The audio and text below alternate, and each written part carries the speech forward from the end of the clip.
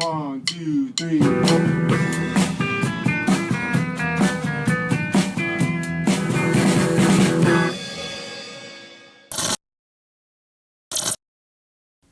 All right, here we go. We're back with the greatest segment on the show, Ask Erin, with unlicensed advice columnist, strung out author, and super friend Erin Carr. Welcome back. Hello. See, I like Ask Erin ones where they Yeah. write to me too. They say, "Hey, Dave." Well, and Erin." yeah. I like those. Well, actually, I think all of the ones that I've picked for us, unless somebody DM'd me, were written to both of us. I'm not like picking ones from the column for us to do on the show. So these are all official Ask Erin dopey questions. What? Does anyone DM you with lasciviousness? Provocative kidding? stuff? No, not in the form of Ask Erinness, but anybody's just like inappropriate with you. Straight up. You mean who are dopey listeners? No, just Or just anybody. in general? Oh. Yeah. Oh, yeah. Are you kidding? I Really? mean, it's all, it's usually couched in like, I don't know. I mean, it's like, I always kind of like, this is how I try and deal with stuff like that is like, ha ha ha. That's always my response to things. Because it's not always, it's rare that somebody just comes right out the gate with something creepy. That happens occasionally, but there'll usually be something like a compliment, but then like, They'll try to get you into their web of well, it's just like, and they usually like apologize, like we'll say something like I'm not being creepy, but like you look really hot, or I really like whatever, like they'll say something, and maybe they're not. I mean, I try and give people the benefit of the doubt, but also I'm not stupid, and a lot nobody of like a writes big me one. anything. Nobody writes me anything inappropriate ever. Just appropriate shit. You're a guy. Well, okay. All right, let's do the Ask Erin. Okay, all right, you ready? You know what? They wrote to us a while ago. This is from October. I'm so sorry we haven't answered this yet. We Don't need be to sorry. we've got a lot backlogged in the queue. Okay. The subject says sex with my ex right before his wedding. That Hi, rhymes. Erin and Dave. Sex I know. with my ex. Hi, Erin and Dave. My ex-boyfriend cheated on me with this woman. We broke up but stayed in contact. We recently became intimate again. The thing is, I didn't know he was still with her. I found out they just got married. We had sex 2 weeks before their wedding. Do I tell her? Wow. My answer is no. Yikes. My answer is you don't tell her. You don't talk to the guy. If you want to have an unencumbered life of spiritual fulfillment, you give this thing up. You write him a letter. This was fucked up. We can't do it again. I'm out. You don't write the woman. If you write the woman, you're asking for trouble and you're not living unencumbered. Now, unadvised or unlicensed advice columnist Erin Carr, what say you? I agree with you. I think that if you insert yourself in this woman isn't a friend of hers. Her inserting herself into this is just going to cause drama. Like she's getting wrapped up in drama. And there are a lot of people that consciously or unconsciously do that in situations like this. The best thing is to do exactly what you said. Cut off communication with him. Let him know that like it wasn't okay and just cut it off. If you do reach out to her, you're only doing it to have sex with the guy more. You're only doing it like to reinsert yourself into the situation or fight or just with vengeance. the woman. Or it's just because you have nothing else to do. You just want to like have something going on. There's nothing good. I mean, maybe it would be better if the wife knew. Well, this also, I think it sounds like the wife is the person that he cheated on her with, right?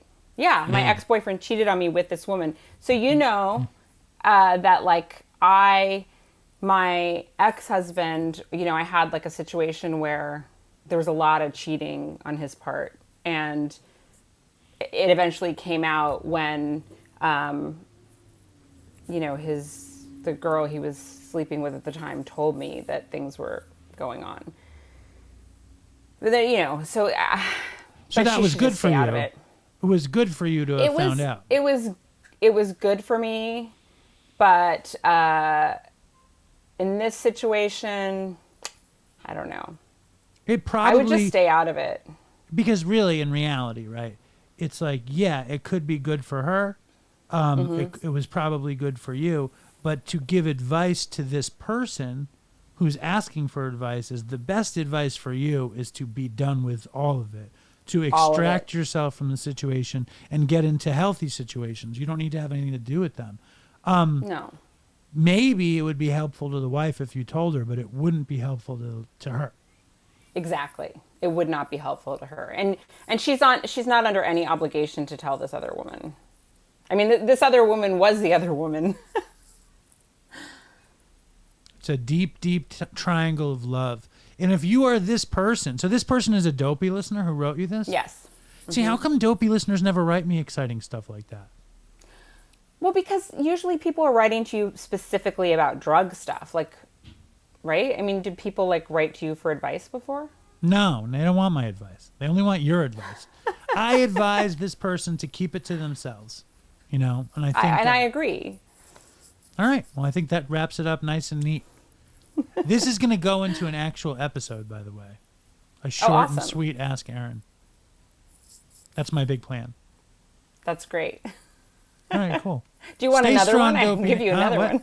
Yeah, let's do another one. I can give you another one. Okay, yeah, let's do another since that one was short. Okay, I have one more. This is also from October. God, we're really behind. This one is one that you forwarded to me, Dave. The subject says, Ask Erin. Dear Ask Erin, I've been sober since 2005. I'm married with 2 daughters, 15 and 13. Recently, as a family, we attended a concert. Friends of ours sent their children to the concert also. My girls split off with our friends' girls, and it was a little while later that our 13-year-old returned to us and told us that our 15-year-old was smoking weed with the other girls. I've always been as open as I felt I could be in relating my past experiences to my daughters. My wife kind of bugged out and was at a loss when she found out that our daughter smoked weed and asked me what I was going to do about it. I texted my daughter the following: if you're smoking or vaping or any weed things, take it easy. You don't know how that will affect you. I'd prefer you didn't, but one puff, drag, and that's it. Did I say too much? I'm conflicted. I know she had a puff based on my youngest telling me, and the older one admitted to me that she took a drag. Did my text give her permission for future use? I don't believe she's ready to hear all about Dad's past escapades, but I want to make it clear that I believe she's too young to be trying weed. I also want her to understand the bad side of drug use. Do I bring this up again with her, or do I let this sleeping dog lay and wait until alcohol drug use comes up organically? Looking forward to hearing your thoughts. Wow. I have a lot to say. I know who that's from. I know everything about that one. I know. Tell us everything. And this, so, I mean, first of all, your daughters are not too young to have a drug conversation with them. And this is something that like I speak to parenting groups about and just to other parents about in general.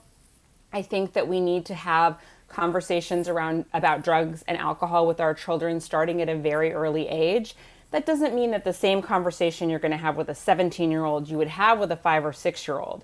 But we start having these conversations first by talking about feelings and the way that we regulate feelings, regulate ourselves in social situations.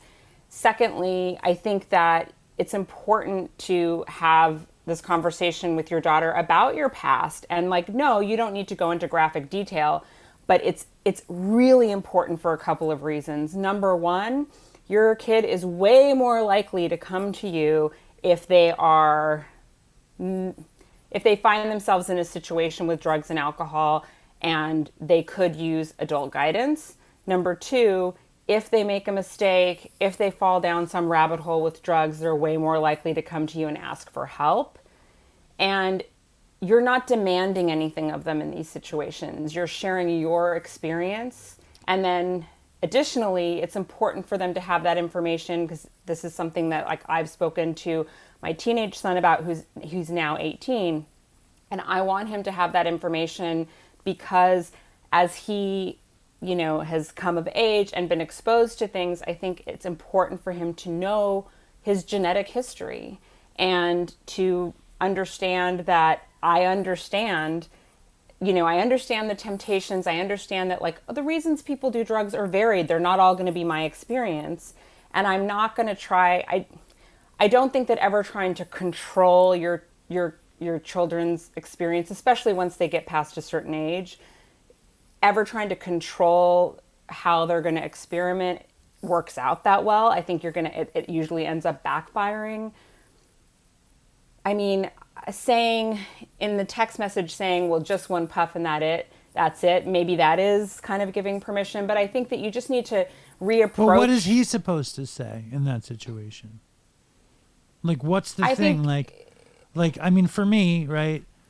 If my older daughter asked me about it, what I would say is, I've been very honest about my drug history, and she's 12, and I just say, be careful, because if you do it, you might like it too much, and that's a real thing, I wouldn't be able to say have one puff. Like, how do you even say that? No, you can't. Because you that's can't. a weird sort of like assumption that you can control what they're going to do, because you can't. Exactly. And I think also really important, because of the day and age that we live in, I think it's really important to talk about safe consumption and where you're getting drugs from. I mean, I think that like one of the conversations needs to be that if you're going to experiment, these are the things you need to know about who you get your drugs from, what they can be laced but with. I think that's bullshit, though. I don't think that it's possible. Like, how often do you know where you're getting your drugs from? I do understand what you're saying. Of course, but that's you why understand what it's also why I think the Narcan the Narcan information is really important. And in a lot of states, including New York, it is possible to do the training and have Narcan. And I think that like teenagers should have Narcan on hand, because not even assuming that they're going to do it, but the chances that our kids are going to come in contact with somebody who accidentally overdoses at some point is pretty high. Right. Well, I agree with that. I'm just saying, like, it's such a fucking crazy thing. There's so many doors you're opening up. Like, if your 15-year-old is trying weed, and it's like, well, now we're going to give you Narcan, do you think they're going to be like, oh, I should try opiates?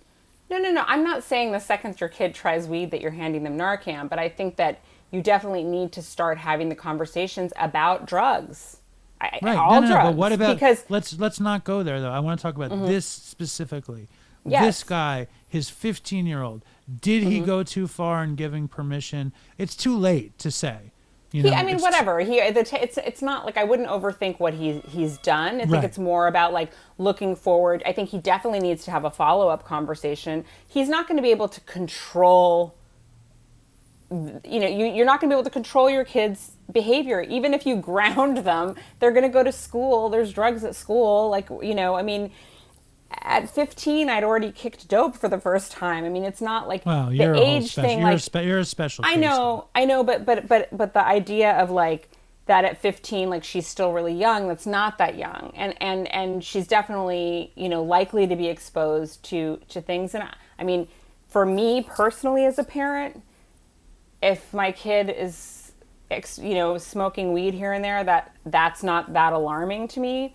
What's more alarming to me about drug use with adolescents is how they're using. And by that, I mean, is it in a social situation, or is this somebody who, I had this discussion with a friend of mine. She had a son who was smoking a lot of pot, but he was doing it like not with friends. Like he was doing it a lot, like alone, like treating his anxiety and like having, and I think that's way more alarming to me than a kid smoking pot at a concert. Do you know what I mean?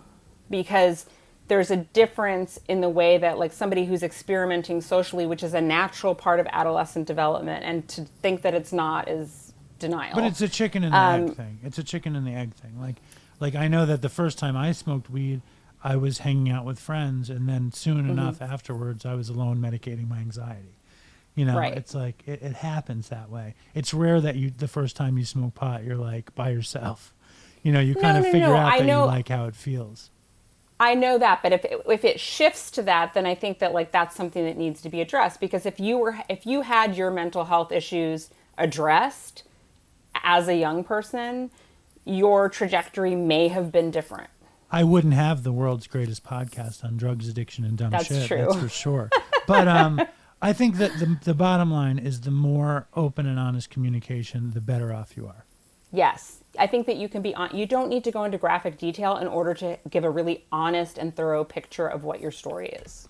It's also demonstrating trust, that you trust your Yes. kid enough to share it with them, and they're going to trust you in that situation. Oh, yeah. I mean, All right, I think and I'll tell you this, it pays off because, you know, I don't know with certainty that I'm sure my son still doesn't tell me everything, but I'll tell you something like when he was at college and there was a kid who wanted to try fentanyl, he called me to have me speak to his friend. You know, when his friends have like issues with like relationships or drugs and alcohol or mental health or anything, like I can't tell you how many times he's reached out to me and had me like FaceTime somebody to like talk them through something. It's because he trusts me that I'm not going to be judgmental and, you know, get into like parent mode, that I'm going to speak from a place of like honesty and like, and non-judgment. right, and I think that's it. I mean, like the more there is communication, the better chance you have of shepherding your kid in the best way. Yes. All right, this is great. Howie, you want to add anything? No, the whole thing scares the shit out of me, and fuck you both. Why?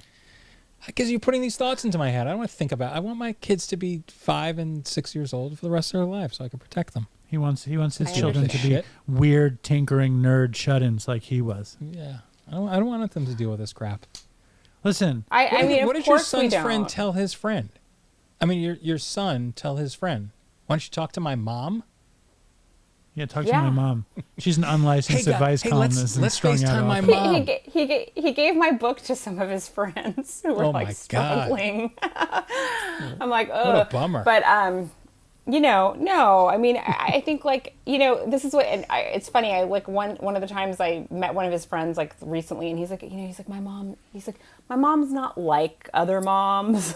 Oh boy. And I don't like, it was like it was the best feeling, because I know that like, even though like there's times when like I'm sure I embarrass the hell out of him and like I am like still his mother, you know, and he's rolling his eyes at me, I feel proud of the open line of communication that I've established with him, and that I have been honest with him about things that I've struggled with, because you know what, like when he's struggling with something, he tells me. He's not like, I don't have to dig for it, you know, and maybe part of that's his personality too, but I appreciate that a lot, you know, and I'm hopeful that for those of us who have more information about mental health and addiction than our parents had, that we're able to give our children, you know, an opening to help that we didn't have, Hopefully it preventing works them out from like that way. wasting years of their life. You know, it's like I hope it works out that way for both of us and for Howie. Yeah. You can refer your children to Erin or me. I will. FaceTime Erin. But you look at somebody like Mackenzie Phillips. Yeah. You know, her whole that's life, a her whole whole lifetime fucked was situation. with these cool parents, but they didn't find recovery, and it's different. And she couldn't trust them. Yes. More importantly. right? I mean, right, that was right. the That sort was of- the bigger picture. So Trust seems to be at the linchpin. Yeah, that's the thing. the You have to cornerstone. be able to trust your kids. Your kids have to be able to trust you, to be able to confide in you or look to you for advice. And I think that's kind of what it boils down to. It's the thing of like what you were using Mackenzie Phillips as an example. Like there was no stability there. Like I've been in recovery since before, you know, I got sober while I was pregnant with Atticus. It'll be 19 years on but I don't know when this is airing, but as of March 5th of I'm going to put it on 2022, Patreon it'll be today. I just decided. Okay. It's not going to so go on as the of show this week. coming, there you go. Saturday, go it'll up be today. 19 years. Right now. Oh, by the way, today is is today your anniversary? No, They I posted just it- said, They posted in Dopey Nation that it's today. no, it's Saturday. Well, They posted did? that's Oh, today. that's, yes. well, that, it doesn't, I mean, I just figured out counting? my sobriety She doesn't date pay recently. attention to anything in that Facebook group. It's worse. I just joined. She's not on Discord either. Yeah, she's not on Discord. I'm on Discord. She thinks the I just daily don't- reflections suck. Stop. Oh, you did a good job today, Erin. Thank you very much. All right. Thanks. This is the Patreon of the day. I'm starving. I think we're going to have Mexican food. Howie, are you okay with that? Love Mexican. Erin, do you like Mexican food? I love Mexican food. What's your go-to in the world of Mexican food? Well, it depends on where I'm getting it from, but I love a bean and cheese burrito. All right. I know Do you that's eat not meat? very exciting, but I do, but I eat it very, I'm like, I don't love meat. I'll eat it sometimes, but, Yeah. How well are you versed in nutrition things? Nutritionalism? What do you say? Somewhat. Nutrition? What are some healthy legumes that you could recommend people eat? Oh boy. Legumes. Well, I mean, any kind of bean is healthy. It's just the preparation. So like a refried bean, the only reason that a refried bean isn't as healthy is because it's usually cooked with some sort of fat. What about black But- beans out of a can? Healthy? Yeah, they're totally healthy. How do you know? Well, you can look at the label, but as long as they're, I mean, unless they've been like they're Howie, what's like your fucking Amy's. problem? What the fuck are you talking I about? might have gout, and they say that they want me to eat legumes.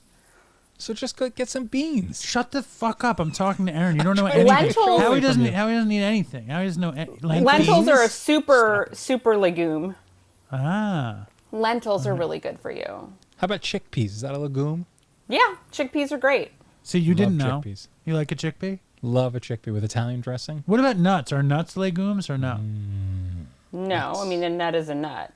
But you have to be careful with nuts because nuts have a really, I mean, they're a good fat, but you have to eat them in moderation because they have a really, like if you have high cholesterol or if you have, I have that. you know, Watch your nuts.